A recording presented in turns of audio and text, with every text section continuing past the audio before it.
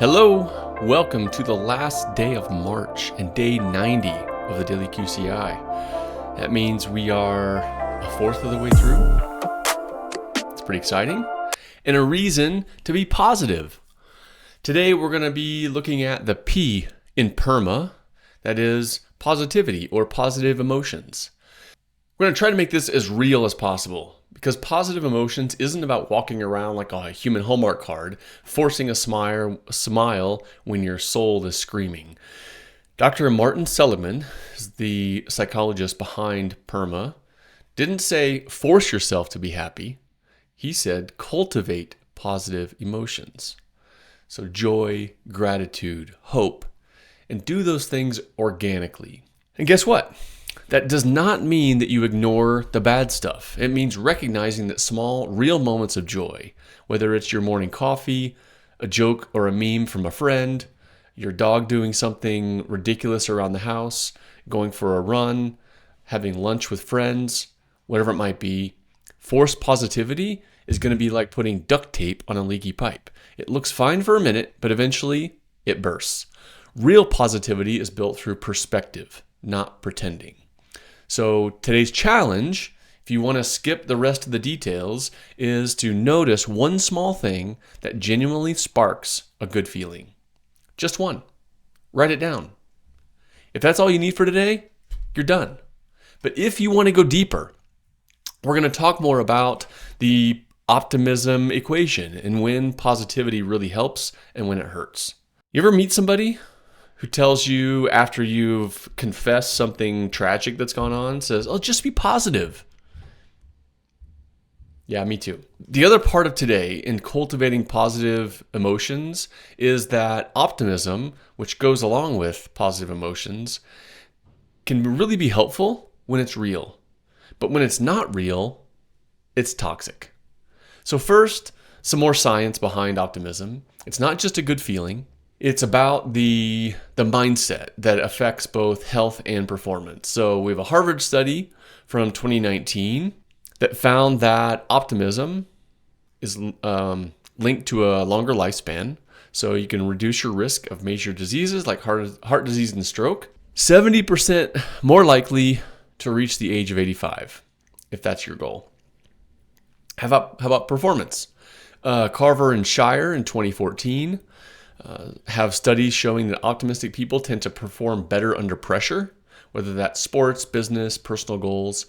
And it's something that we may touch on later on Thinking Thursday with optimism bias. And finally, resilience and stress. We've talked a lot about these two things already in anti-fragility. But optimism and positive emotions, it's not about ignoring problems. It's about seeing problems as solvable. So the research in positive psychology, we referenced Seligman at the beginning of this episode, shows that optimists recover from setbacks faster and experience lower stress levels. And that's from Learned Optimism in 1990.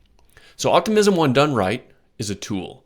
It acknowledges reality, but assumes that better outcomes are possible, that we can learn from what's happened and grow because of it. So now let's talk about the other end, the dark side of positivity, toxic positivity.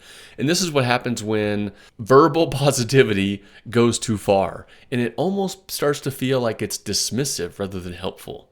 So examples, I mentioned one earlier, when you hear, "Oh, just be positive.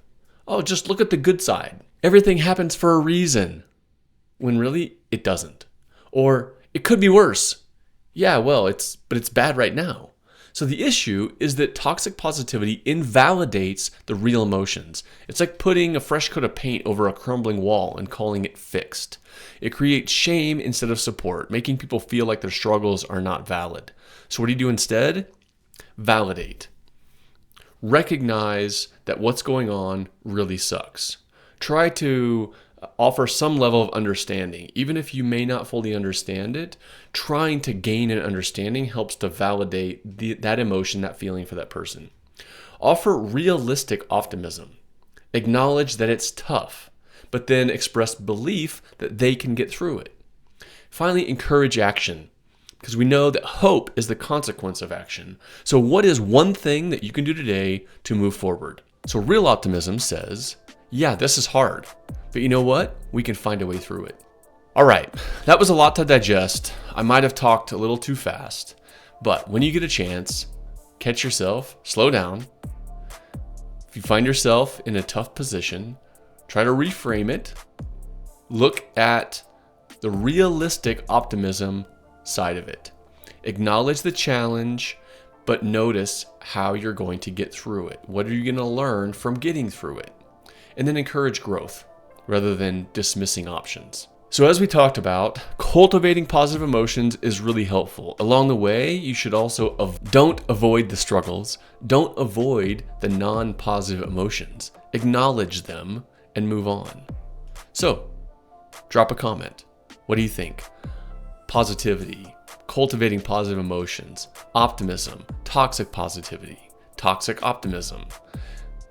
Let me know what you think. Keep questioning, creating, and inspiring. I'll see you tomorrow.